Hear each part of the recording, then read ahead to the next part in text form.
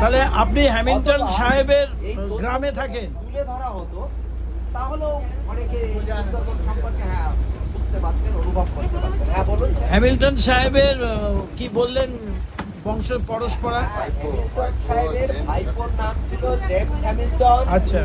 যখন তারা তাদের কোনো পছন্দের লোক, তাদের কোনো পছন্দের বা ঘটনাকে কেন্দ্র করে সেই সব জায়গাগুলোর নাম টাম করে।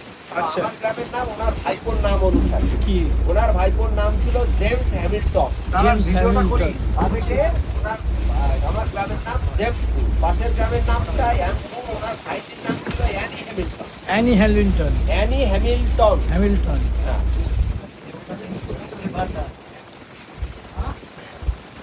এই সুন্দরবন হচ্ছে অনেক পুরনো, কম করে ৮,০০০ বছরের বেশি পুরনো। আজকে থেকে আমরা যেমন দেখে করছি সুন্দরবন, সুন্দরবন। সুন্দরবন বলছি তো। আপনি প্লিজ যদি সামনে এগিয়ে বসেন, খাওয়াতে মনে অসুবিধা হচ্ছে না, কিচ্ছু হচ্ছে না। তো আমরা টেবিল থেকে ঘুরে বসে আছি। বলুন না, বলুন, আপনি বলাটা বন্ধ করবেন না প্লিজ। আপনার এই জায়গাগুলোতে একসময় লোক বাস করত। এই সুন্দরবনে যেখানে বাঘের জায়গা, যেখানে মানুষ বাস করছে, সব জায়গাগুলোতে একসময় লোক বাস করে। কিন্তু সুন্দরবনকে বলা হয়েছে এটা গঙ্গারিডি রাজ্য। মানে গঙ্গারিডি রাজ্য যদি হয়ে থাকে তাহলে এইসব অঞ্চলে মানুষের বসতি ছিল। এখন ছিল বললে তো কেউ বিশ্বাস করবে না। এই যে নদীতে যদি ভাটা থাকে, সাইডগুলোতে দেখলে দেখবেন পোড়া মাটি, মাটির দেওয়াল, মাটির পাত্র বেরিয়ে পড়ছে। আপনার নামখানার দিকে যাবেন, জটার দেউল ১২০০ শতাব্দীর মন্দির। আপনার সাগরে রাজা প্রতাপাদিত্যের গড়, বসিরহাটের দিকে রাজা চন্দ্রকেতুগড়, ক্যানিং এ রাজা প্রতাপাদিত্যের গড়, এইদিকে যশোরের দিকে এগিয়ে গেলে রাজা প্রতাপাদিত্যের গড়। আমাদের এই জঙ্গলের ভেতরে ৪০০ বছরের বেশি পুরনো বাড়ি রয়েছে। বিভিন্ন জায়গাতে এরকম পোড়া মাটি, মাটির দেওয়াল বিভিন্ন জায়গা থেকে বেরিয়ে পড়ছে। লোকাল সাইটগুলোতে পুকুর খনন করতে যেয়ে, খাল খনন করতে যেয়ে বহুত মাটির নিচে থেকে মানুষের কঙ্কাল, মানুষের ব্যবহার করা জিনিসপত্র বেরিয়ে পড়ছে। এই অঞ্চলে যে মানুষ বসবাস করতো এটা কিন্তু বুঝতে পারা যায়। তাহলে এই সভ্যতা বিলুপ্ত হয়েছে কি করে? না, সুন্দরবনে বারে বারে ভূমিকম্প হয়েছে, জলোচ্ছ্বাস হয়েছে। এই যেমন ধরুন ২০০৪-এ এখানে সুনামি হয়েছে, ২০০৯-এ আয়লা হয়েছে, আমফান, বুলবুল, ইয়াস, রেমাল, ডানা, কত রকমের ঝড় ঝঞ্ঝা আমাদের সময় হলো। আমরা দেখেছি ১৯৮৪ সালে এই সুন্দরবনে একটা বিধ্বংসী ঝড় হয়েছিল। আয়লার অনেক আগে, ১৯৮৪। তো মাঠের ঘাস পর্যন্ত উঠিয়ে ফেলেছিল, বাড়িঘর গুলো ভেঙে চুরে মাটির সঙ্গে মিশিয়ে দিয়ে গেছে।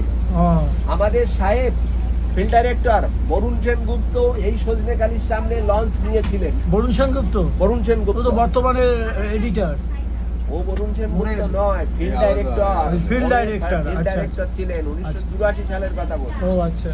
তো উনি লঞ্চ ডুবি হয়ে মারা যান এবং পরের দিনে ওনার স্ত্রী যখন খবর পেলেন যে এরকম লঞ্চ নিখোঁজ, উনি সরকারের কাছে দাবি করেছিলেন যেন তেন প্রকারণ আমার ডেড বডিটা দিতে হবে, ডেড বডিটাকে আমি চাই।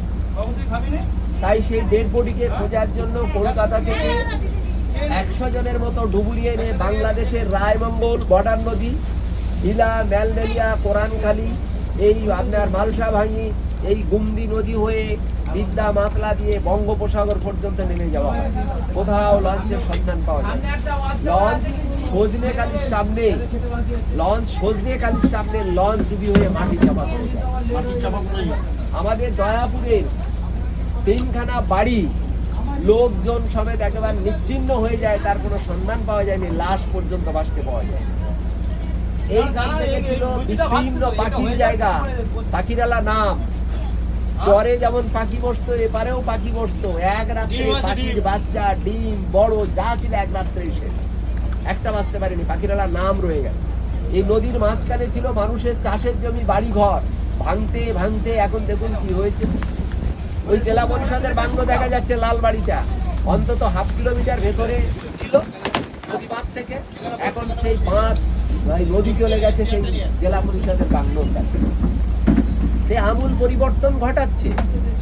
তো এইসব ঘূর্ণিঝড় জলোচ্ছ্বাসের কারণে এখানকার জনজীবন শেষ হয়ে গেল।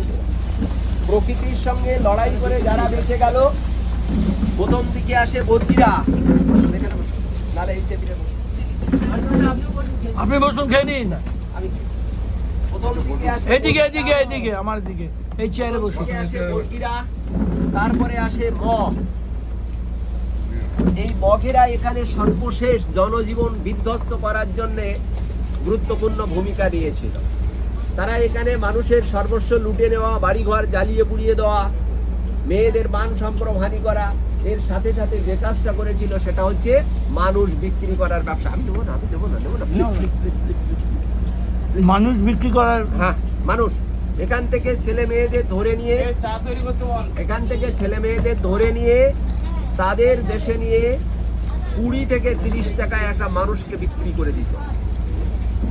আর ধরে নিয়ে যাওয়ার সময় হাতের তালুতে ছিদ্র করত, পায়ের পাতায় ছিদ্র করত, আর এই ছিদ্রের মধ্য দিয়ে লোহার শিক, বেত, কাঁটা, দড়ি ঢুকিয়ে দিয়ে নিয়ে যেত, যেন হাত ছিঁড়ে পালাতে না পারে, পায়ের পাতা ছিঁড়ে যেন পালাতে না পারে, আক্রমণ করতে না পারে।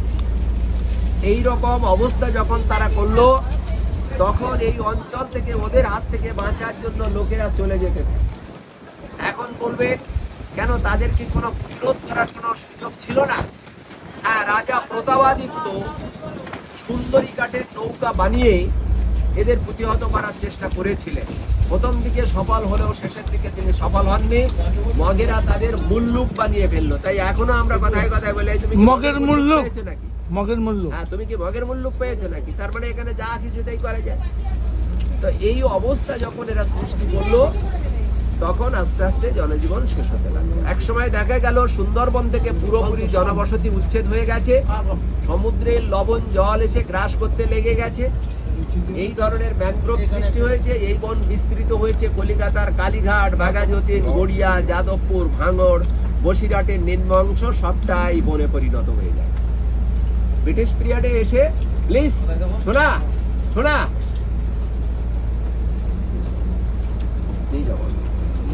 আমি তেলে ভেজা খাবো না, ডাল।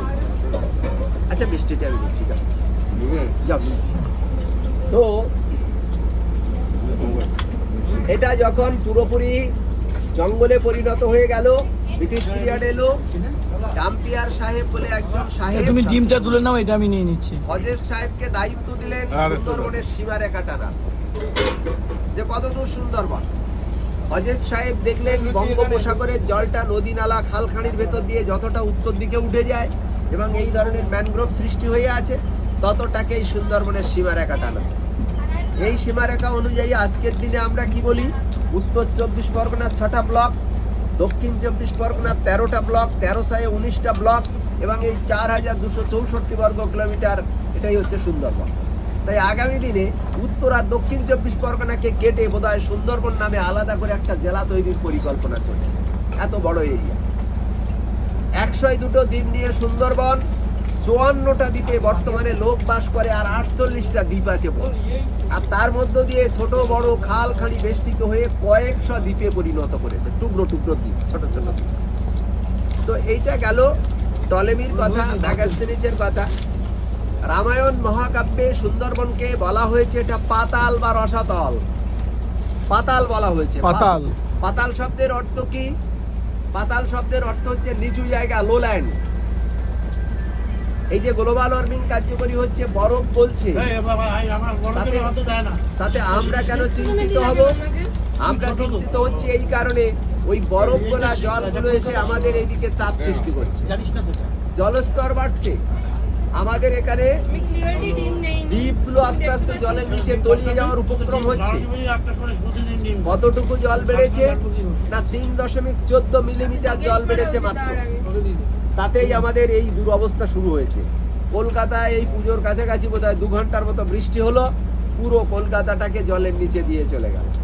বিজ্ঞানীরা বলছেন এটা যদি 1 মিটার জল বাড়ে, 1 মিটার মানে 3 ফুট 3 ইঞ্চি, তাহলে সমগ্র সুন্দরবন এবং কলকাতার অস্তিত্ব বিলুপ্ত হবে। আপনারা নদীর বাঁধের কাছে যে জলের যে লেয়ারটা উঠেছে দেখুন, ও থেকে বাড়িঘরগুলো কত নিচে, কম করে 5 থেকে 7 ফুট নিচে। তাহলে এই কোনোভাবে যদি কোনো বাঁধ ভেঙে যায় আর এই লবণ জল ঢুকে যায় তাহলে শেষ হয়ে গেল। 2-3 মাসের মধ্যে জল নিকাশ করা যাবে না, আর কোনো ফসল কোনো কিছুই করা যাবে না 4-5 বছর এই অবস্থা। রামায়ণে একটি গল্প আছে, আপনাদের হয়তো বিশ্বাস হলেও হতে পারে। রামায়ণের গল্পটা হচ্ছে এই, সগর রাজা একবার অশ্বমেধ যজ্ঞ করেছে। সগর রাজা আর সেই অশ্বমেধ মানে যজ্ঞের অশ্ব চারিদিকে বিচরণ করছিল। দেবরাজ ইন্দ্র ভীত হয়ে পড়লেন। তার ভয়ের কারণ ছিল এই যে এই অশ্বমেধ যজ্ঞ যারা সম্পন্ন করে নির্বিঘ্নে, তারা নাকি এমন শক্তির অধিকারী হয় দেবতাদের পরাস্ত করতে পারে। তাই এইরকম ভয় হলো কার? দেবরাজ ইন্দ্রের। তিনি ভাবলেন যদি এইরকম অঘটন ঘটে যায় তাহলে তো মুশকিল, তাহলে বলবে তোমাকে আর স্বর্গে রাজা হওয়া হবে না, অন্য কেউ হবে। তাই তিনি কি করলেন, যজ্ঞের অশ্বটাকে নাকি চুরি করে এই পাতালে কপিল মুনির আশ্রমে বেঁধে রেখে গেলেন। সেই কপিল সাগর দ্বীপে কপিল মুনির আশ্রম, গঙ্গাসাগর। রামায়ণে এটাকে বলেছে, মহাভারত মহাকাব্যে বলেছে এটা পাণ্ডব বর্জিত দেশ। পাণ্ডব বর্জিত দেশ। পাণ্ডবেরা নাকি এদিকে আসেননি। এবারে আপনার মৌর্য যুগে সুন্দরবনকে বলা হয়েছে এটা সমতট বা সমতটি। তটি মানে কি? নদী। আর নদীর যে তীরভূমি তট, অসংখ্য নদীবহুল এলাকাকে মৌর্য যুগে বলা হলো সমতট বা সমতটি। পাল সেন যুগে কি বলা হলো? ব্যাঘ্র তট বা ব্যাঘ্র তটি। মানে তখন এই তটভূমিতে বাঘের আনাগোনা হয়েছে। পালেরা বলে বাঘের সাথে লড়াই করেছিল তারা, পালেরা। হ্যাঁ, পাল সেন যুগ থেকে। বাঘের বিজ্ঞানসম্মত নাম কি? প্যান্থারা টাইগ্রিস। টাইগ্রিস। তাহলে সেই টাইগ্রিসের কথা যদি আমরা বলি তাহলে সেটা কোথায়? গ্রিসে, মিশরে। মিশরে, তাহলে এই ইজিপ্ট। বাঘদের অরিজিনটা ওখানটায়। তাহলে ওখান থেকে এইসব বাঘগুলো এই বিভিন্ন জায়গাতে মাইগ্রেট হয়েছে। টাইগ্রিস আর ইউফ্রেটিস। ইউফ্রেটিস। তো সুতরাং এই বাঘ ওই সময়ে এখানে পাওয়া যায়। মোগল পিরিয়ডে আকবরের সময় সুন্দরবনকে বলা হয়েছে এটা ভাটি অঞ্চল। ভাটি। জুয়ার ভাটা খেলে। 1652-তে সুজা যখন বাংলায় এলেন। সুজাউদ্দিন। দারা সুজা মুরাদ ঔরঙ্গজেব। তো এই সুজা যখন এলেন তিনি কি করলেন, আমাদের এই সুন্দরবন এরিয়াটাকে 24টা রেভিনিউ ডিভিশন বা পরগনায় ভাগ করেছিলেন। আচ্ছা। এই পরগনাগুলোর নাম ছিল বালান্দা, সাগর, আমিরাবাদ, সরফরাজপুর এরকম নামে। পরে যখন জেলা তৈরি হলো ওই 24টা পরগনাকে জুড়ে দিয়ে 24 পরগনা জেলা তৈরি হয়েছে। পরগনা এসেছে সুজার সময় থেকে। সুজা তাহলে কত আগের বলুন একবার? প্রচুর। তো এটা এবারে 1757 সাল, 1757 সাল ভারতবর্ষের ইতিহাসে একটি বিখ্যাত ঘটনা ঘটেছিল।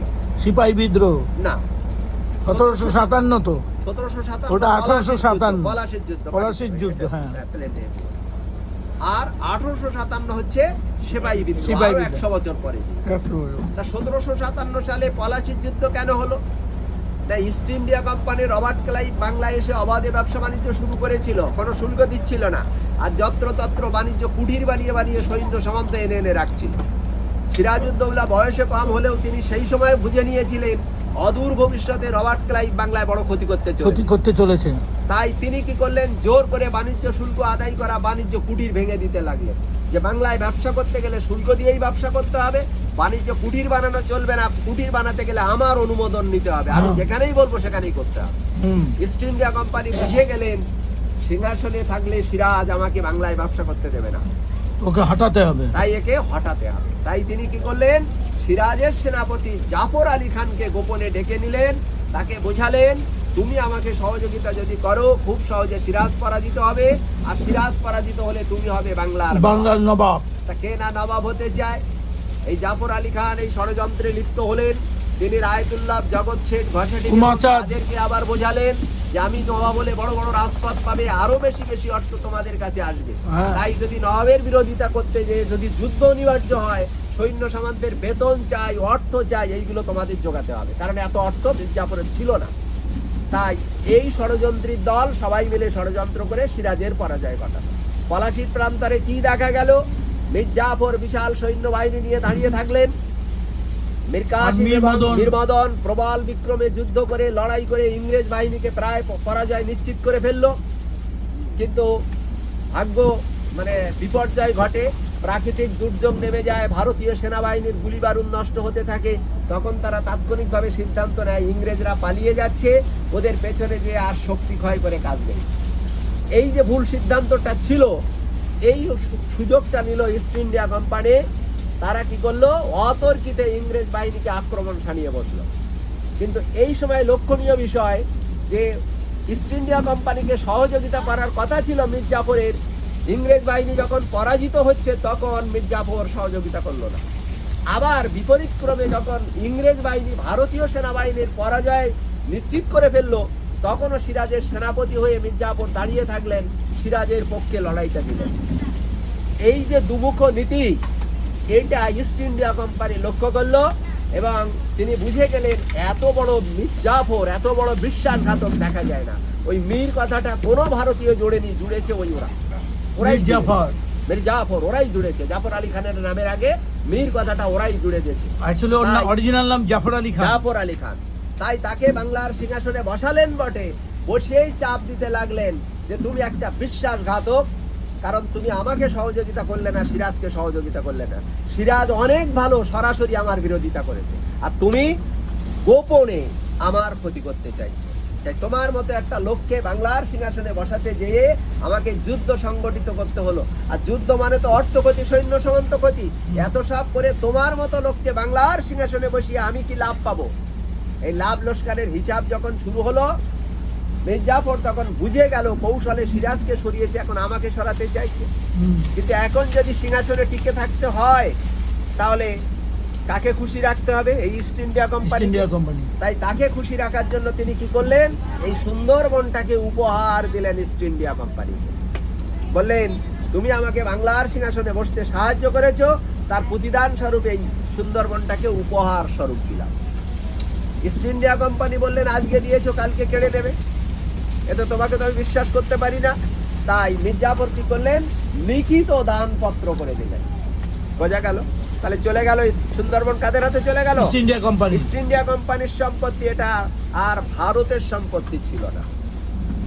1760-61 ইস্ট ইন্ডিয়া কোম্পানির মনোনীত লর্ড রাসেল, যার উপরে সুন্দরবনের দেখভালের দায়িত্ব দেওয়া হলো, তিনি এসে লক্ষ্য করলেন সুন্দরবন একটা বৃহত্তর ফ্লোরাল এবং ফোনাল বায়োডাইভার্সিটি। ফ্লোরা ফোনা কি? একটা হচ্ছে উদ্ভিদ বৈচিত্র্য সম্ভার, আর একটা হচ্ছে প্রাণী বৈচিত্র্য সম্ভার, এবং এটা একটা বৃহত্তর বায়োডাইভার্সিটি। এখানকার নদী নালা, খাল খাড়ি, জন্তু জানোয়ার সব মিলিয়ে জঙ্গলটা দেখতে সুন্দর। তাই তিনি প্রথমে উচ্চারণ করলেন বা বিউটিফুল ফরেস্ট। আর আমরা তার বাংলা করলাম সুন্দরবন। ইংরেজ শিক্ষিত সম্প্রদায় যারা, তারা বললেন সানড্রিস ফরেস্ট। সানড্রি শব্দটার অর্থ কি? বিভিন্ন রকম, এই বিভিন্ন রকমের গাছপালা যুক্ত জঙ্গলকে তারা বললেন সানড্রিস ফরেস্ট।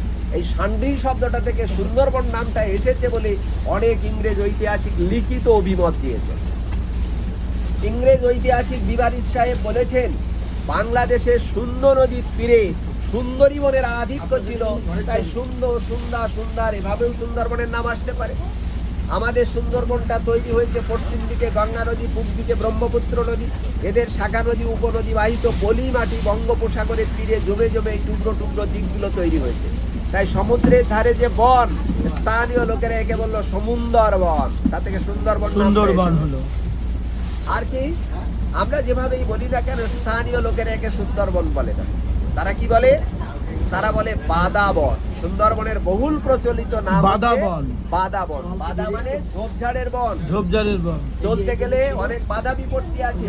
এখানকার বাধা বন, গলিতে পা গেড়ে যায়, এখানকার গাছপালা ঘন হাত পা ছুলে যায়, এখানকার গাছের ডালে থাকে সাপ, মাটিতে থাকে বাঘ, আর জলে থাকে কুমির।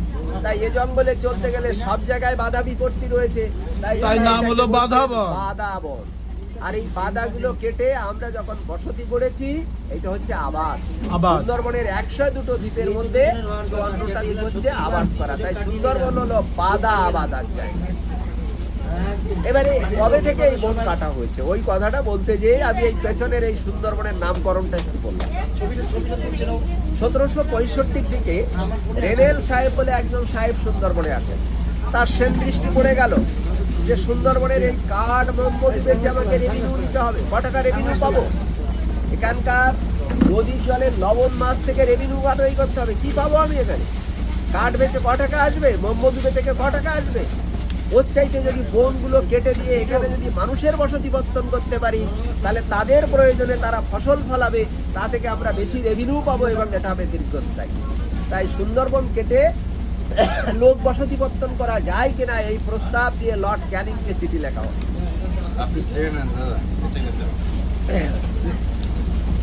লর্ড ক্যানিং ছিলেন ভারতের বড় লাট, গভর্নর জেনারেল। তিনি ব্রিটেনে পাঠালেন। ব্রিটেন থেকে বলা হলো হ্যাঁ সুন্দরবনের কিছু বন কেটে লোক বসতি বর্তন করা যেতে পারে, তবে 2-10 বিঘে করে জমি দিয়ে টুকরো টুকরো রেভিনিউ আদায় করা যাবে না। তাহলে কি হবে? অনেক মানুষের সঙ্গে ঝামেলায় পড়তে হবে। কিন্তু এখানে যদি আমরা ল্যান্ডলর্ডস বা প্লটদার চালু করতে পারি, জমিদার, তাহলে তাদের কাছে একজনের হাতে একজনের থেকে কালেকশনটা হবে, তার থেকে আমরা কালেকশনটা নিয়ে নেব, আরো দেশের লোকের সঙ্গে মারামারি খাজাখাজি করবে। তাই বলা হলো কম করে 19,000 বিঘে জমি লিজ নিতে হবে। 40 বছরের লিজ হবে। 40 বছরের মধ্যে জায়গা ছেড়ে দেওয়া যাবে না। আর প্রথম 3 বছর কোনো খাজনা দিতে হবে না। বন কাটো, লোকের বসতি বর্তন করো, নদীর চারপাশে বাঁধ দাও, এই সুযোগ দেওয়া হবে। তারপরের থেকে বিঘা পিছু 1 আনা খাজনা দিতে হবে। 1 আনা। তখন 1 আনার দাম ছিল 20 টাকা। এভাবে সুন্দরবন লিজ হলো। কিছু ভারতীয় কিছু ইংরেজ এই লিজগুলো নিলেন। এবারে ওই জায়গাগুলোর কথা ওই হ্যামিল্টন সাহেব, হাসনাবাদ, টাকি, বসিরহাট, নামখানা, পাথর প্রতিমা এইগুলো সব এইভাবে হয়েছে।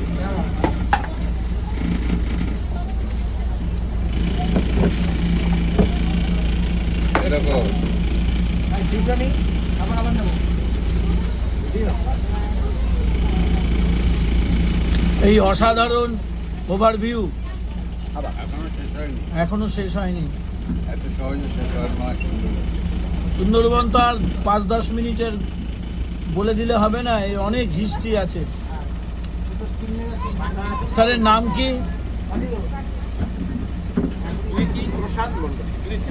কৃতি প্রসাদ মণ্ডল।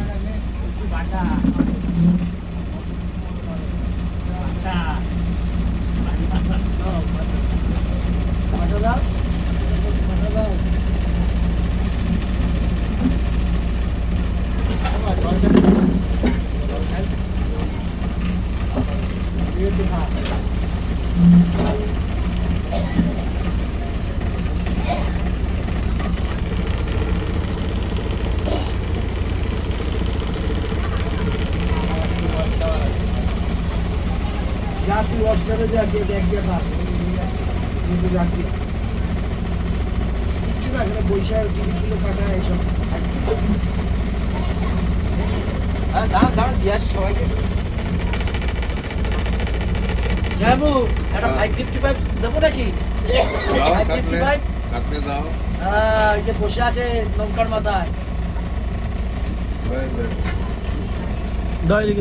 ডাক্তার কোথায়? ডাক্তার সবাইকে নাম ধরে রোল কল করো। ডাক্তার তো ডাক্তার। এই যে বোতলটা আছে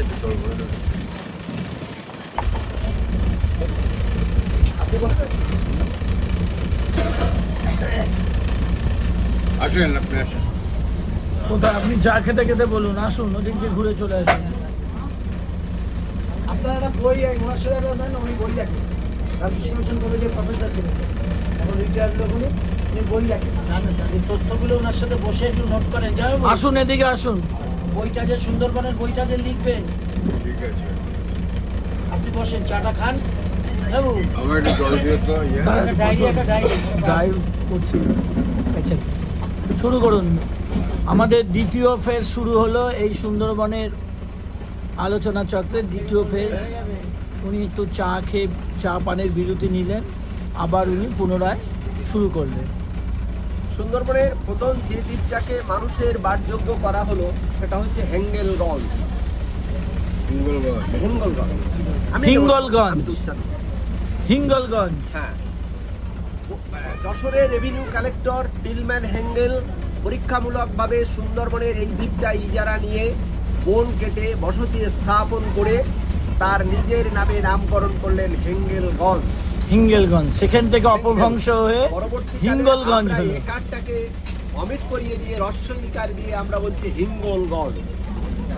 তেমনি হাসনাবাদ, টাকি, বসিরহাট দুটো মানে মতবাদ আছে। একটা হচ্ছে বসিরউদ্দিন সাহেব বলে একজন মুসলিম ভদ্রলোক বসিরহাট জায়গাটাকে ইজারা নিয়েছিলেন। তিনি ভেবেছিলেন বিভিন্ন জায়গা থেকে যে লোকেরা এসেছে তাদের নিত্য প্রয়োজনীয় জিনিসপত্র দরকার, তারা যাবেন কোথায়, তাদের পাবেন কোথায়, তাই বিভিন্ন মানে জায়গার লোককে কেনা বেচার সুবিধার্থে একটা বাজার করলেন, তিনি হাট বসালেন। বহু দূর দূর থেকে লোকেরা ওই হাটে যেত জিনিসপত্র কেনা বেচার জন্য। সবার মুখে মুখে ফিরতে থাকে বশির সাহেবের হাট, বশির সাহেবের হাট। পরবর্তীকালে সংক্ষেপে সেটা বসিরহাট হয়ে যায়। 25 সাহেবের হাট, 25 সাহেবের হাট, বসিরহাট, পরে হলো বসিরহাট। বসিরহাট। আবার অনেকে বলেন না বোসরা হাট বসিয়েছিল, বোস, বোসরা, বাবুরা, বোস বাবুরা। হ্যাঁ, বোসদের হাট বসিরহাট। তো যাই হোক, এই দুটো আছে। আর টাকি টাকি টাকিটা টাকি হচ্ছে টাকি বলে একজন টাকি ভদ্রলোক, জমিদার। জমিদার হ্যাঁ। এটা। তেমনি আমাদের এই দিকের কাছাকাছি দুই একটা বলি বাসন্তী। বাসন্তী। মহেশ চৌধুরী বলে একজন ভদ্রলোক, কলকাতায় ভদ্রলোক, তিনি এসে এখানে জায়গাটা ইজারা নিলেন। তার অনেক ছেলে মেয়ে ছিল, ছোট মেয়ের নাম ছিল বাসন্তী। তার নাম অনুযায়ী বাবার খুব প্রিয়, তাই ছোট মেয়ের নামটাকে চিরস্মরণীয় করে রাখতে জায়গার নাম বাসন্তী। আপনারা গোসাবাতে নেমেছিলেন। আপনাদের কাছে আমার একটা ছোট্ট প্রশ্ন, আপনারা হ্যামিল্টন সাহেবের বাংলো হ্যাঁ, দেখেছেন? দেখেছি। বেকন বাংলো দেখেছিলেন? হ্যাঁ। বেকন বাংলোর ভেতরে বিশ্বকবির সঙ্গে হ্যাঁ, হ্যামিল্টন সাহেবের কথোপকথন হয়েছে, সেই বিশ্বকবির ছবিটা। একটা মূর্তি আছে, ওখানে কিছু আদিবাসী মেয়েরা নৃত্য নৃত্য করেছে। তারপরে লোকাল এটা তুলে ধরা হয়েছে। হ্যাঁ। বাঘ হরিণের মডেল আছে, বাঘ হরিণের তারপরে মডেল আছে। ওখানে সুন্দরবনের জীব বৈচিত্র্যটাকে তুলে ধরা হলো। বৈচিত্র্য। ওখানে আরো একটা মূর্তি ছিল না? হ্যামিল্টন সাহেবের মূর্তি ছিল। আর ওইখানে বেকন বাংলোর ভেতরে আরো একটা মূর্তি ছিল না? একটু মনে করে দেখুন। দরজাই খোলেনি, মূর্তি দেখবো কি করে? কি ছিল? দরজাই বন্ধ ছিল। হ্যামিল্টন না, বেকন বাংলোর ভেতরে। বেগুন বাংলো, বেগুন বাংলো, বেকন বেগুন বাংলো আমরা গেলাম না। নেমে যে গেলাম যাই হোক, আপনি বলতে শুরু হ্যাঁ, করুন, ওটা ওখানে- দেখেছি আমরা। ওখানে যেটা ছিল সেটা হচ্ছে একটা গৌতম বুদ্ধের মূর্তি। গৌতম বুদ্ধের মূর্তি, রাইট। এটা ছিল, এই কর্নারে ছিল। কর্নারে ছিল, আমরা খেয়াল করিনি। 3 বছর বসানো হয়েছে, এর আগে ছিল না। গোসভা নামকরণ বোঝাতে যে এই গৌতম বুদ্ধের মূর্তি বসানো হয়েছে। এই এই যে মগদের কথা আমরা বলছি, এই মগেরা ছিল মায়ানমারের লোকেরা। Myanmar, Burma, Burma, Burma, Burma, বার্মিজেরা। বার্মিস। এরা ছিল গৌতম বুদ্ধের উপাসক, হ্যাঁ, উপাসক, বৌদ্ধিস্ট। বুদ্ধিস্ট। হ্যাঁ, কিন্তু এই গৌতম বুদ্ধ ছিলেন অহিংসার পূজারী। এই আর বাবা, পড়ে এদের যাবো। একটা অংশ ধরো, ধরো, ওইদিকে ধরো, ব্যালেন্সটা ধরো, বেশি ধরো। হয়েছে, ব্যালেন্সটা বেশি হয়েছে, পড়ে যাবে, ব্যালেন্স বেশি হয়েছে। Please, sir, এগিয়ে যান। আপনি এপাশে চলে আসুন প্লিজ, একটু ব্যালেন্স করে বসুন। ও পাশে ব্যালেন্সটা বেশি হয়ে গেছে, আপনারা পড়ে যাবেন। আপনাদের চেয়ার থেকে আপনারা পড়ে যাবেন, চেয়ার ভাঙবে, আপনারাও আঘাত পাবেন। এপাশে কয়েকজন আসুন। শুরু করুন।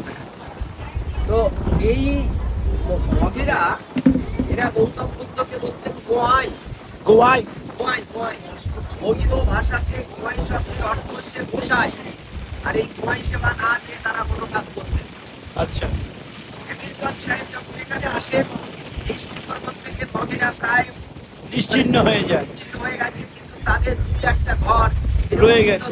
বিক্ষিপ্ত ভাবে এখানকার লোকের ওই মাছ কাঁকড়া ধরা, কেড়ে নেওয়া, ওদের জন্তু জানোয়ারের সঙ্গে লড়াই করা। বেঁচে থাকা, এইভাবে তাদের জীবন চলছে। তো হ্যামিল্টন সাহেব যখন 1903 এখানে আসেন, তিনি এরকম বগীয় মানুষের সঙ্গে সাক্ষাৎ পান। তিনি জানতে চান এটা কি ব্যাপার, বললো গোয়াই সেবা হচ্ছে। বললো ঠিক আছে, তাহলে আমি যদি এখানে এই জায়গায় ইজারা নিই, তাহলে আমি এই ধার্মিক ব্যক্তির নামেই আমার এই জায়গার নাম থাকবে গোয়াই সেবা। গোয়াই সেবা। বললেন তাই। এখন এই হ্যামিল্টন সাহেব, ইনি ছিলেন মেকিন অ্যান্ড ম্যাকানজি বলে জাহাজ কোম্পানির একজন মেকিন ম্যানেজার। এন্ড ম্যাকেনজি, ওটা ম্যাকলিন মেগারের জয়েন্ট স্টক কোম্পানি। হ্যাঁ, হ্যাঁ, হ্যাঁ। Joint stock company. এবং তিনি একজন সমাজসেবী মানুষ। এনার কাকা ছিলেন মানে বেকন সাহেব নিঃস্বার্থ সমাজসেবী মানুষ, সারা জীবন তিনি মানুষের সেবা করে গেছেন, তার পিছু টান বলে কিছু ছিল না। তিনি মূলত হ্যামিল্টন সাহেবকে এনেছিলেন কেন না, সুন্দরবনের অনেক দ্বীপে মানুষের বসতি গড়ে উঠেছে, কিন্তু মানুষের চরম অভাব অভিযোগ, না ফলাতে পারছে ফসল, না আছে পানীয় জল, না আছে শিক্ষা, না আছে স্বাস্থ্য, হ্যাঁ, মানুষ ঢুকে ঢুকে মারা যাচ্ছে। তাই তিনি হ্যামিল্টন সাহেবকে বোঝালেন সেবা যদি করতেই হয় তাহলে এই রকম জায়গা থেকে তো করে কিছু কাজ করে মানে মানুষকে তো বুঝিয়ে দেওয়া যায় যে এরকম সদিচ্ছা থাকলে অনেক ভালো কাজ করা যায়। তাই 1903-এ তিনি গোসাবাতে আসেন। 1908 সালের মধ্যে গোসাবা, রাঙাবেলিয়া, সাতজেলিয়া তিনটে দ্বীপ যারা নিলেন, তাই আমাদের দ্বীপগুলোকে বলা হয় হ্যামিল্টন আবাস। আবাদ আবাদ আবাদ আবাদ আবাদ মানে বন কেটে ফসল ফলানো। হ্যাঁ, লোক বসতির উপযোগী। এটা এখন কিন্তু আমরা জঙ্গলের ভেতরে ঢুকে গেছি, দুপারেই খোলা বন, জাল শেষ হয়ে যাচ্ছে। এবারে বন্য প্রাণী নিয়ে আসবো। সুন্দরবনের নামকরণ হচ্ছিল বলে এবং হ্যামিল্টন সাহেবের কথাটা উঠেছিল বলেই আমি ওখান থেকে শুরু করলাম। আপনি কি ওয়াইল্ড ইনস্টিটিউট অফ ইন্ডিয়ার লোক? না, এটা হচ্ছে জলজ বলে একটা আছে, সংস্থা আছে, সংস্থা আছে, তারা তারা এটাকে কাজ করে। আচ্ছা, তারাও আমাদের এখানে ট্রেনিং বা আমাদের সঙ্গে মানে কাজ করানোর জন্যই এসেছিলেন, বলেছিলেন, করেনও এখানে, আমরাও তার সঙ্গে কম বেশি যুক্ত। তো এই হ্যামিল্টন সাহেব যে ভালো কাজগুলো করেছিলেন, প্রথমে হচ্ছে লোনা মাটিতে চাষ করতে পারবে এমন একটা ধান, পান্নাই ধান, তার রিসার্চ কেন্দ্র থেকে বের করেছিলেন। তিনি জামিনী রাইস মিল করেছিলেন, তাঁত করেছিলেন, 1 টাকার নোটের প্রবর্তন করেছিলেন। আজকে সমবায়ের যে এত রমরমা, সেই সমবায়ের স্রষ্টাও তিনি প্রত্যন্ত এই গোসাবা থেকেই শুরু করেছিলেন। তিনি দাতব্য চিকিৎসালয়, প্রাইমারি স্কুল, হাই স্কুল করেছিলেন। তার সময়ে একটি ছেলে হোস্টেলে থেকে 1 টাকা দিয়ে থাকা, খাওয়া, পড়ার সুযোগ পেত। তো তার এই কর্মকাণ্ডের কথা শুনে বিশ্বকবি রবীন্দ্রনাথ ঠাকুর বীরভূমের শ্রীনিকেতনের অনুষ্ঠানে সভাপতিত্ব করার জন্য সাহেবকে আহ্বান করেছিলেন। সাহেব সেখানে যান। অনুষ্ঠান শেষে তিনিও বিশ্বকবিকে আহ্বান করেছিলেন গোসাবাতে আসার জন্য। 1932 খ্রিস্টাব্দে বিশ্বকবি রবীন্দ্রনাথ ঠাকুর গোসাবাতে আসেন। 3 দিন ছিলেন। যে ঘরটাতে রাখা হয়েছিল ওটা হচ্ছে বেকন বাংলো। দুটো কাজ হয়েছে, বিশ্বকবিকে রাখাও হলো, আবার বেকন সাহেবের নামটাও মানে চিরস্মরণীয় হয়ে থাকলো।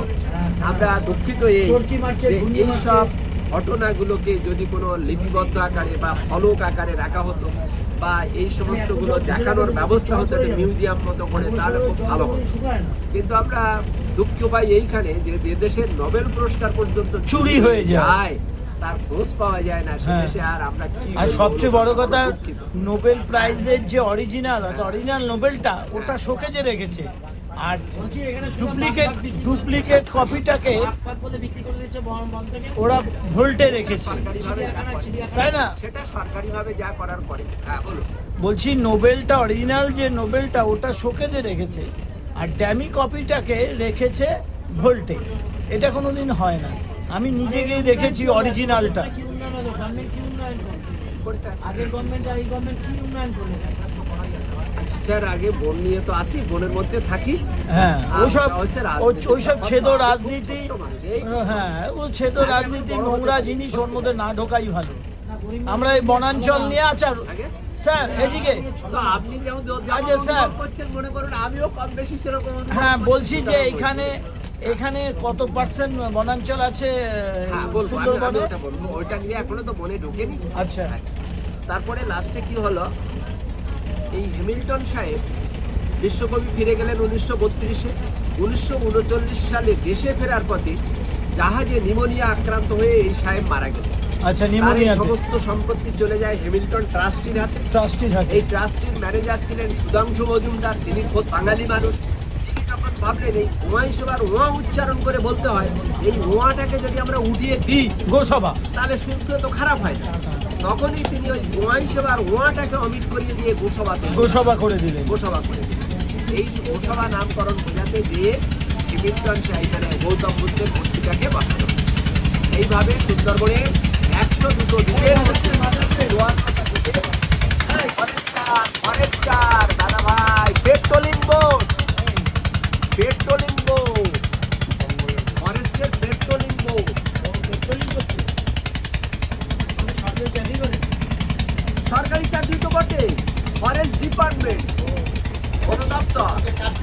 এদের কাজ পেট্রোলিং করা, হ্যাঁ, পাহারা দেওয়া। কন্ট্রাক্ট বেসিস দিয়েছে গভর্নমেন্ট। কন্ট্রাক্ট বেসিসের লোক আছে কম। একদম। এবং এ যদি কর্মরত অবস্থায় মারা যায়, তার পরিবারের কাউকে না কাউকে কাজ দিতেই হবে। অন্য জায়গায় তবু অনেক সময় লাগে, এদের সময় লাগবে না। 1 মাসের মধ্যেই দেখবেন অন্য কেউ চাকরি পেয়ে গেছে, ছেলে হোক, বউ হোক, মেয়ে হোক। যাই হোক, ওগুলো দরকার আগে নেই। বোন বোন বোন। আচ্ছা, বনাঞ্চল সম্বন্ধে বলুন। সুন্দরবনের 102টো দ্বীপের মধ্যে 54টা দ্বীপ হলো বাসযোগ্য। 48টা দ্বীপ হলো বনাঞ্চল। আমাদের বন আছে 4264 বর্গ কিলোমিটার।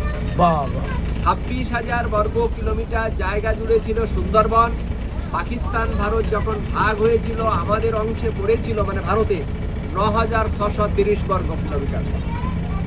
বর্তমানে বনভূমি আছে 4,264 বর্গ কিলোমিটার। 2টো পার্টে ভাগ করা আছে। একটা বড় part Sundarban tiger reserve, tiger যার রিজার্ভ। আয়তন হচ্ছে 2,585 বর্গ কিলোমিটার। বাদ বাকি জায়গাটা বেঙ্গল ফরেস্ট বা ডিভিশনাল ফরেস্ট। 2টো পার্টের মধ্যে কোনো পার্থক্য নেই, একই রকমের গাছপালা, একই রকমের নদীনালা, একই রকমের জন্তু জানোয়ার।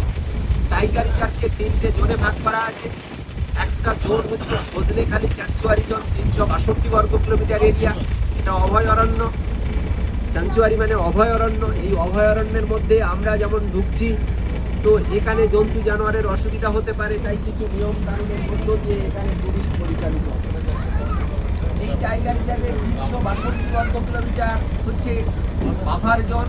বাফার মধ্যে এখানকার যে মানুষগুলো মাছ ধরে, কাঁকড়া ধরে, মধু সংগ্রহ করে, তাদের জীবন জীবিকার জন্য তারা আবার পাশে ফরেস্টের উপরে একটু চাপ সৃষ্টি করছে, তাই তাদের জন্য একটা এরিয়া বাংলাদেশ সাইডে রাখা হয়েছে, বর্ডার সাইডে। এটা হচ্ছে বাফার। এইখানে গিয়ে যদি কেউ কর্মরত অবস্থায় বাঘে মারে বা সাপে কাটে বা কুমিরে ধরে, তাহলে টাইগার রিজার্ভ ওই পরিবারকে কিছু আর্থিক সাহায্য করে। 1330 বর্গ কিলোমিটার 4 জোন, তারই প্রোটেক্টেড এরিয়া। 1972-এ ওয়াইল্ড লাভার যারা, তারা সুপ্রিম কোর্টে একটা মামলা করেছে। তাদের দাবিটা ছিল এই, বনে যদি সর্বত্রই লোকেরা ঘোরাঘুরি করে, তাহলে জন্তু জানোয়ারদের বংশ বৃদ্ধি করা, নিরাপদে থাকার তো একটা স্থায়ী ব্যবস্থা চাই। তাই অনারেবল সুপ্রিম কোর্ট অর্ডার করেছিলেন প্রত্যেকটা বনের অর্ধেকের বেশি জায়গাকে কোর করে রাখতে হবে। এটাই আমাদের কোরজন। সুন্দরবনের কোরজনের বিশেষত্ব হচ্ছে এই, ভারত সরকার ভারতবর্ষে যে কটা ন্যাশনাল পার্ক আছে তার মধ্যে এটা একটা এবং অন্যতম। হ্যাঁ, সুন্দরবন মানে কোরজন ইউনেস্কো ওয়ার্ল্ড হেরিটেজ দিয়েছে, সেদিক দিয়ে এরও গুরুত্ব অপরিসীম। এবং টোটাল সুন্দরবন এরিয়াটাকে বায়োস্ফিয়ার রিজার্ভ হিসাবে ঘোষণা করা হয়েছে, তাতেও গুরুত্ব অপরিসীম। সুন্দরবন হচ্ছে হটস্পট। সুন্দরবন হচ্ছে রামসার সাইট। তাই সুন্দরবনে যারা ঘুরতে আসেন, আমি যখন থাকি আমি বলি, আপনি কিন্তু নেচারকে উপলব্ধি করবেন। আপনি সুন্দরবনে যদি বাঘ দেখতে এসে থাকেন, এখানে দুটি বাঘ আছে, সে বাঘ চোখে পড়তেও পারে, নাও পড়তে পারে। তাই বাঘ পাবো না এইটা ধরে নিয়ে আপনি যদি এইটাকে অনুভব করতে থাকেন, তাহলে কিন্তু সুন্দরবন ঘোরা সার্থক। সুন্দরবনকে হট স্পট দেওয়া হয়েছে। কেন হট স্পট? না, এখানকার সমস্ত প্রাণীকুল, উদ্ভিদকুল, সামগ্রিক পরিবেশটা আস্তে আস্তে ধ্বংসের দিকে এগিয়ে যাচ্ছে। তাকে নিয়ম করে, কঠোর নিয়ম করে, আইন করে সংরক্ষণ করা, বাঁচিয়ে রাখার প্রয়োজন দেখা দিয়েছে। তাই এত নিয়ম কানুন এখানে চলে। সুন্দরবন হচ্ছে রামসার সাইট। ইরানে রামসার বলে একটি জায়গা আছে, যেখানে বিশ্বের এই জলাভূমিকে নিয়ে বিশেষ পরিকল্পনা করে তাকে টিকিয়ে রাখার চেষ্টা করা হয়। তাই আমাদের যে সমস্ত জলাভূমি বুঝিয়ে বুঝিয়ে বড় বড় বাড়ি টাড়ি গড়ে উঠছে, সেখানে সরকার বাধা দিচ্ছে। আবার অনেক সময় দেখা যাচ্ছে যে সরকারের অনুমোদন না পেলেও তাদের যে দপ্তর, তার অনুমোদন পেয়েও হয়ে যাচ্ছে। তো এটা চলছে। আমাদের এইদিকে যে খাল টালগুলো আছে, যখন দখল করতে দিচ্ছে না, ওইখানে কেটে টেটে দিয়ে জল ধরে রেখে চাষবাসের ব্যবস্থা করা হচ্ছে। এটা সুন্দরবন হচ্ছে আপনার স্যাংচুয়ারি জোন। সুন্দরবন হচ্ছে আপনার national park. Sundarban world heritage site, UNESCO একে ওয়ার্ল্ড হেরিটেজ দিয়েছে। আপাত দৃষ্টিতে আপনি জল আর গাছ ছাড়া কিছু পাবেন না। তাহলে সেখানে কেন ওয়ার্ল্ড হেরিটেজ দেওয়া হলো? কোন জায়গাগুলোকে ওয়ার্ল্ড হেরিটেজ দেওয়া হয়? না যে জায়গার একটা সাংস্কৃতিক গুরুত্ব থাকে, ঐতিহাসিক গুরুত্ব থাকে, ন্যাচারাল গুরুত্ব থাকে এবং বিজ্ঞানসম্মত গবেষণা করার সুযোগ থাকে, সেই জায়গাগুলোকে ওয়ার্ল্ড হেরিটেজের জন্য নির্বাচিত করা হয়। তাহলে সুন্দরবনকে কোন ক্যাটাগরিতে দেওয়া হলো? সুন্দরবনকে heritage। ন্যাচারাল ক্যাটাগরিতে দেওয়া ন্যাশনাল হলো। ক্যাটাগরি। Natural category. কি সুন্দরবন? না সুন্দরবন হচ্ছে পৃথিবীর বৃহত্তম ডেল্টা। ডেল্টা। আমি এই ডেল্টা ফরমেশন দেখতে পারি। এটা পৃথিবীর বৃহত্তম ম্যানগ্রোভ ফরেস্ট। এত বড় ম্যানগ্রোভ ফরেস্ট কোথাও নেই। কোথাও আমি নেই। সেটা দেখতে পারি। সুন্দরবন হচ্ছে আপনার এই ম্যানগ্রোভের পাতাগুলো পচে জল নষ্ট করে না, মাছ কাঁকড়ার উৎকৃষ্ট খাবার তৈরি করে। এটা মাছ কাঁকড়ার আতুর ঘর। এই ম্যানগ্রোভ পর্যাপ্ত পরিমাণে অক্সিজেনের সাপ্লাই দেয়, কার্বন ডাই অক্সাইড শোষণ করে, ভূমির ক্ষয় রোধ করে, বাতাসের ওজোন স্তরের সবচাইতে বেশি ওজোন লেয়ারকে মেইনটেইন করে, ফ্লুরো যে কার্বন তাকে কন্ট্রোল কার্বন করে, মনোক্সাইড মাটিতে পতিত করে। আর কি করে? ভালো মানের বনমধু পাওয়া যায়, প্রচুর ভেষজযুক্ত গাছ আছে। এই বন বিলুপ্ত প্রায়, বিপন্ন প্রায় প্রাণীর আশ্রয়স্থল। এই বন বঙ্গোপসাগরের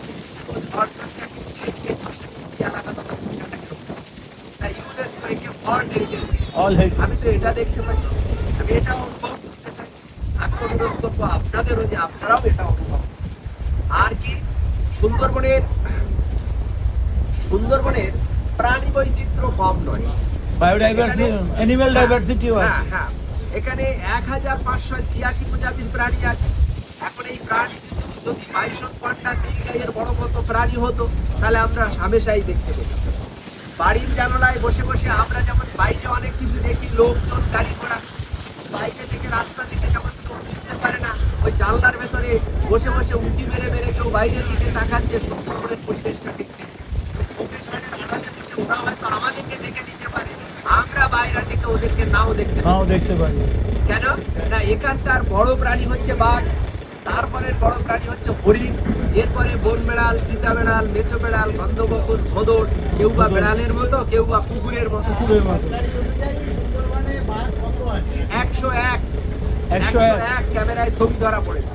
টাইগার রিজার্ভ বলছে 115 থেকে 20টা বাঘ আমাদের আছে। বাংলাদেশ বলছে 120 থেকে 25টা বাঘ আমাদের আছে। আসছে সে ব্যাপারে, ওরাও বলছে এখানে। হ্যাঁ, ওরা বলছে ওদের 120 থেকে 25টা বাঘ আছে বলছে। সুন্দরবনের আপনার 40টা স্তন্যপায়ী প্রাণী পাওয়া যায়। তার মধ্যে ইঁদুর আছে, 22 রকমের সাপ আছে, 26 রকমের সরীসৃপ আছে, 220 রকমের পাখি আছে, 64 প্রজাতির কাঁকড়া পাওয়া যায়, 56 প্রজাতির শামুক পাওয়া যায়। এখানে 500 রকমের মাছ আছে যেটা খেতে পারি। 4 ধরনের টার্টেল আছে, হক্সবিল, হরিবিল, গ্রিন টার্টেল, বাটাকু বাস্কার। 2 ধরনের ডলফিন পাওয়া যায়।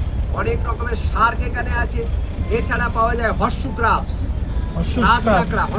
Living fossil.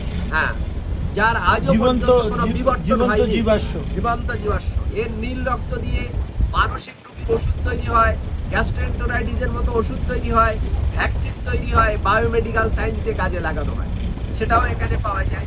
সুন্দরবনের বুকুটে এটা আছে। তাই সব মিলিয়ে স্টারফিশ, জেলিফিশ, বিভিন্ন ধরনের জলজ প্রাণী, কীট পতঙ্গ সব মিলিয়ে একটা বৃহত্তর জীববৈচিত্র্য সম্পদ। এখানে 84 রকমের উদ্ভিদ পাওয়া যায়, যাদের এক কথায় বলা হয় ম্যানগ্রোভ। লবণাম্বী উদ্ভিদ বোঝায় লবণ জল মাটিতে যে গাছ হয় তাদের এক কথায় বলে ম্যানগ্রোভ। কথাটা কোথা থেকে এলো? পর্তুগিজরা যখন আমাদের দেশে আসেন, এই ভাস্কো দা গামার সময়ে, তারা এই বন দেখে বলেছিলেন ম্যাঙ্গু ফরেস্ট। ম্যাঙ্গু পর্তুগিজ ভাষাতে ম্যাঙ্গু কথার মানে হয় যে গাছ সমুদ্রের লবণ জল মাটিতে হয়। আর ইংরেজরা যখন আমাদের দেশে আসেন, তারা এই গাছ দেখে বললেন গ্রোভ ফরেস্ট। গ্রোভ কথাটার মানে কি? খুব ঘন বন বা ঘন। দুটো কথাই সঠিক। আমরা একে বলতে পারতাম ম্যাঙ্গু ফরেস্ট, আমরা বলতে পারতাম গ্রোভ ফরেস্ট, কিন্তু আমরা তা বললাম না। যেহেতু দুটো কথা সমানভাবে প্রযোজ্য, তাই দুটো কথাকে একসঙ্গে বললাম ম্যানগ্রোভ। ম্যাঙ্গু এবং গ্রোভ, ম্যানগ্রোভ, যার অর্থ করলে দাঁড়াবে লোনা জল মাটি, লবণাম্বী উদ্ভিদ। তাই হচ্ছে ম্যানগ্রোভ। এখানে 84 রকমের গাছ আছে, 5টা শ্রেণীতে ভাগ করা যায়। এদের কিছু গাছ আছে বৃক্ষ শ্রেণী, যাদের গুড়ি বড় হয়, হাইটে অবশ্য বেশি হয় না। কিছু গাছ আছে গুল্ম শ্রেণী, তাদের সংখ্যাটা বেশি। কিছু আছে ঘাস, কিছু আছে লতানো গাছ, কিছু আছে পাতা গুল্ম আর কি। এই 5টা শ্রেণীর গাছ পাওয়া যায়। এর মধ্যে মেন হচ্ছে সুন্দরী, যার থেকে সুন্দরবন নাম হয়েছে।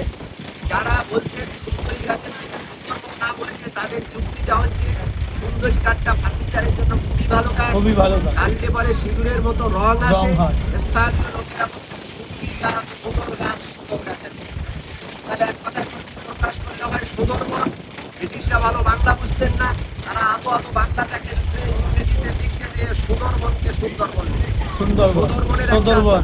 সুন্দরবনের একটা যে চন্দ্রবিন্দু রয়েছে সেটাও জানে না। ওটা এড করে নিয়ে সুন্দরবন করলে। তো এই বিভিন্ন এরকম আছে। তো এই সুন্দরী গাছ কিন্তু সুন্দরবনে কম পাওয়া যাবে। কেন? সুন্দরী গাছগুলো হয় উঁচু জায়গায়, যেখানে জোয়ারের জলটাকে মাটিটা ভিজিয়ে দেয়, 2-3 ঘন্টা পর্যন্ত গাছের গোড়া ডুবে থাকে না, এমন উঁচু জায়গায় হয় সুন্দরী গাছ। তাই সাইড থেকে আমরা কিন্তু সুন্দরী গাছ নাও পেতে পারি।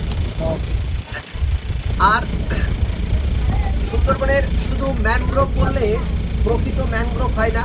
84 রকমের গাছ আছে, তার মধ্যে 34টা হচ্ছে প্রকৃত ম্যানগ্রোভ। ট্রু ম্যানগ্রোভস হচ্ছে আপনার 34টা মাত্র। তো এদের কি থাকে? 1 নম্বর হচ্ছে এদের শ্বাসমূল হয়, লিভিং রুটস হয়, ওর মাধ্যমে অক্সিজেন গ্রহণ করে। কেন? এখানকার মাটি পলিগঠিত মাটি, এই মাটির ভেতরে কোনো ফাঁকা থাকে না, বায়ু চলাচল করে না। এই মাটি জোয়ারের জলে ভিজে থাকার দরুন এই মাটি শুকায় না, ফাটে না, মাটির ভেতরে বায়ু চলাচল করে না, তাই গাছের মূলেরা অক্সিজেন নিতে পারে না। জোয়ারের জল এসে যখন গাছের গোড়া ডুবিয়ে রাখে, নোনা জলে অক্সিজেনের ভাগ খুবই কম, তখনও গাছের মূলেরা অক্সিজেন নিতে পারে না। তাই এরা অভিনব পদ্ধতি বের করেছে, এই রুটস বাতাস থেকে অক্সিজেনটা কালেক্ট করছে, গাছের মূলগুলোকে দিচ্ছে, গাছগুলো বেঁচে থাকে। এই বৈশিষ্ট্য যাদের থাকে তাদেরকে আমরা প্রকৃত ম্যানগ্রোভ বলি। আরো একটা বৈশিষ্ট্য এদের থাকে, সেটা হচ্ছে কি ভিপিপ্রাস জার্মিনেশন বা জরায়ুজ অঙ্কুরোদ্গম। জরায়ুজ অঙ্কুরোদ্গম। হ্যাঁ, কিছু কিছু গাছের ফল হবে লম্বা লম্বা, পেছনের দিকে হবে পেন্সিলের মতো হুল। এই ফলগুলো যখন গাছে থাকে, পেকে গেলে পরে গাছেই অঙ্কুরিত হয়। এখানকার মাটি ভিজে মাটি, পলি মাটি, ফলের নিচের অংশ সুচলো থাকায় পড়ে যায়, গেঁথে যায়, নতুন করে একটা গাছ তৈরি হয়। এবং খুব মজার ব্যাপার, ফল নষ্ট হয় না, ফলটা কি হবে?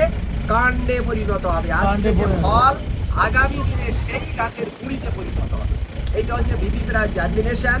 এই বৈশিষ্ট্য যাদের থাকে তাদেরকেও প্রকৃত ম্যানগ্রোভ বলা যায়। আর একটা বৈশিষ্ট্য এদের আছে, ফেসমূল। এখানে প্রতিনিয়ত ঝড়ঝঞ্ঝা লেগে থাকে, জলোচ্ছ্বাস হয়, ঢেউ হয়, আর এদের কারণে গাছ যাতে পড়ে না যায় সেজন্য এদের সাপোর্টিং রুটস গুলো হয়। রুটস গুলো আঁকড়ে থাকে, তাদেরকে আমরা প্রকৃত ম্যানগ্রোভ বলতে পারি। তাই ওই তো এই মুহূর্তে দেখা যাচ্ছে, ওই যে ওই যে দেখুন, ওই যে অবশ্যই দেখা যাচ্ছে। ওই যে দূরে ছবি দেখা যাচ্ছে। তো এইগুলো হচ্ছে প্রকৃত ম্যানগ্রোভ। বাদ বাকি গাছগুলো সহবাসী বা অ্যাসোসিয়েট ম্যানগ্রোভ। যেমন এই ধরুন ধানি ঘাস, এদের আপনার ওই ধরনের মূল আপনি উঠতে দেখবেন না। হ্যাঁ, যেমন ধরেন লতানো গাছ। এই যে ওই যে দেখুন, ওই যে কিন্তু এই শ্বাসমূলগুলো সবার আবার একরকম হয় না। কারণ দেখবেন ছোট ছোট সুতোর মতো শ্বাসমূল, কারোর দেখবেন মোটা মোটা মোটা মোটা শ্বাসমূল, কারোর সুচালো শ্বাসমূল, কারোর গুচ্ছমূল, কারোর হাঁটোমূল, কারোর সর্পমূল, কারোর অধিক।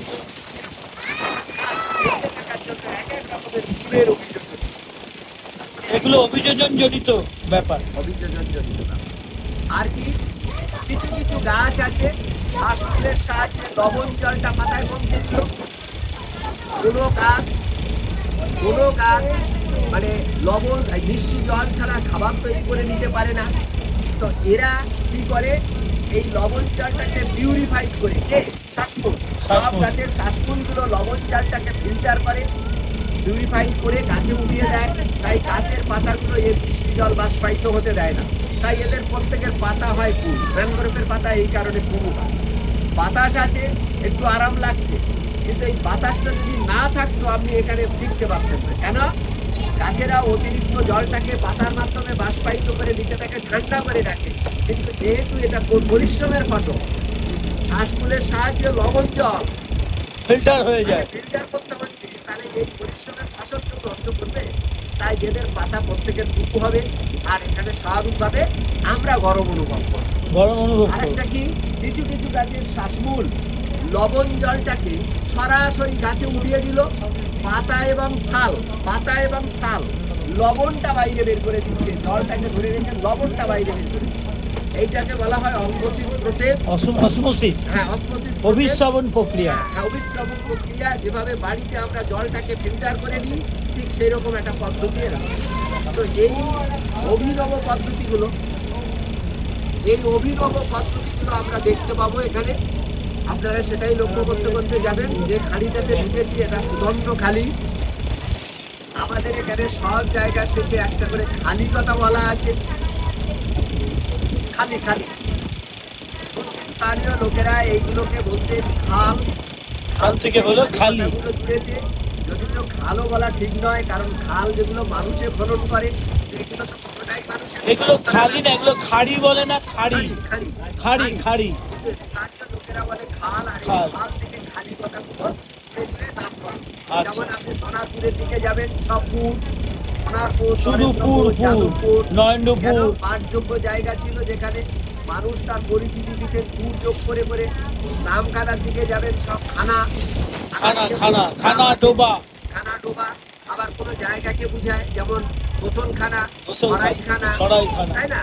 এরকম খানা দিয়ে কোনো জায়গাকে নির্দিষ্ট করা হয়। আবার রায়দিঘির দিকে যাবেন, সব দিঘি। দিঘি, আবার নৈনিতালের দিকে যাবেন, সব তাল, তাল, নৈনিতাল, নৈনিতাল, ভীমতাল, শিলিগুড়ির দিকে যাবেন, সব গুড়ি, গুড়ি, শিলিগুড়ি, চালতাগুড়ি, চালতাগুড়ি, নাটাগুড়ি, আবার কোথাও পাড়া, নোয়াপাড়া, নোয়াপাড়া, কাঁচরাপাড়া, তাই না? হ্যাঁ। আবার কোথাও তলা, রথতলা, রথতলা, বটতলা, শিমুলতলা, তলা, হ্যাঁ, তাই না? এরকম হ্যাঁ। আছে না? ধর্মতলা, বিল, কোথাও বিল, ধর্মতলা। এক এক জায়গাতে এক একটা অর্থ বহন করে। আমাদের এখানে খাল থেকে খালি কথাগুলো এসেছে, এটা সুদণ্ড খালি। এখানেও কেউ নদী নয়, খালি বলতে পারে। হ্যাঁ, বিশাল জঙ্গল। আপনি যদি 1 মাস ঘোরেন স্যার, তাও শেষ করা যাবে না। পারবেন না। টাইগার রিজার্ভ একটা নির্ধারিত রুট করে দিয়েছে, কারণ এখানে 3টে দপ্তর কাজ করে। একটা পরিবেশ দপ্তর, একটা বন দপ্তর, আর একটা ট্যুরিজম দপ্তর। ট্যুরিজম। 3টে দপ্তর একসঙ্গে কাজ করে। ট্যুরিজম চাইছে সুন্দরবনে প্রচুর খালখানি আছে, ওইগুলো সব ছেড়ে দিন, টুরিস্ট চলাচল করুক, তাহলে সুন্দরবনের ন্যাচারাল দৃশ্যগুলো দেখতে পাবে, জন্তু জানোয়ার পাবে, তারা পাবলিসিটিস করবে, প্রচুর টুরিস্ট আসবে, স্থানীয় মানুষের রুজি রোজগার হবে। পরিবেশ দপ্তর বলছে এখানে মানুষ অবাধে বিচরণ করছে, সে পরিবেশ তো দূষিত করে দিচ্ছে। সুন্দরবনের মতো পরিবেশ যদি দূষিত হয়ে যায়, তাহলে সুন্দরবন বাঁচানো যাবে না, কলকাতা বাঁচানো যাবে না। তাই জেনে শুনে এত বড় ক্ষতি করতে দেওয়া যাবে না। বন দপ্তর বলছে বন বন্য প্রাণী দেখে রাখা আমার কাজ। কোথায় মানুষ জলে পড়ে মরে যাবে, কোথায় মদ খেয়ে, আকর্ষ মদ খেয়ে অসুস্থ হবে, কোথায় ডাক্তার পাবো, কোথায় বনের মধ্যে বাঘ দেখার জন্য চলে যাবে, সাপে কাটবে, আগে খাবে, দায়ভার খেয়ে নেবে। এত পুলিশ হবে কোথায়? তাই পুলিশ তো তাই করবে, সেজন্য আমাকে দায়ী করবে। তাই 3টে দপ্তর এখানে সমন্বয়ে কাজ করে। যেহেতু এটা চালাতে গেলে কিছু অর্থের প্রয়োজন হয়, তাই মানুষের ঘোরার জন্য একটা নির্ধারিত রুট করে দেওয়া হয়েছে। সেই রুটে সমস্ত বর্ণন যাবে। রুটের বাইরে যে যাবে 25,000 টাকা জন্য। আর এদেরকে দেখভাল করার জন্য ফরেস্টের যেহেতু এত লোক নেই, তাই আমাদের মতো কিছু গাইডকে রাখা হয়েছে। আমরা কিন্তু কেউই সরকারি কর্মচারী নই, আমরা টাইগার রিজার্ভের অনুমোদিত গাইড। আমরা কিভাবে আমাদের রুজি রোজগারটা কোথা থেকে আসে? মূলত টুরিস্টদের উপরে বহুত মানুষ নির্ভরশীল। এই বোটে যারা কাজ করছে, রিসোর্টে যারা কাজ করছে, এখানে যারা গাইড আছে, যারা দোকান করে বসে আছে, সবাই কিন্তু ট্যুরিজমের উপরে একটা বেশিরভাগ লোক নির্ভরশীল।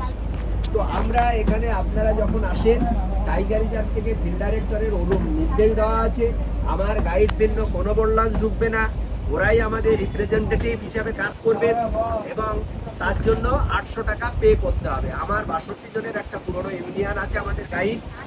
এরপরে পার্টির তরফ থেকে এসেছে 40 জন, 20 জন এসেছে একেবারে সরাসরি পার্টির প্যানেলে। আবার অন্যরা যে যখন বলেছে দাদা ওদেরকে পাঠালেন, আমরা কেন বাদ পড়ে গেলাম, তাই ওদেরকে ঠেলে দেওয়া হলো ভিডিওর কাছে, যে বলো যে উৎকর্ষ বাংলা থেকে নিতে হবে, এটা আমার কথা। এবং ওখানে এই যে সুন্দরবন সম্বন্ধে যে আপনি এই যে একটা অমূল্য বার্তা আমাদেরকে বহন করলেন, এর জন্য আপনাকে অশেষ ধন্যবাদ।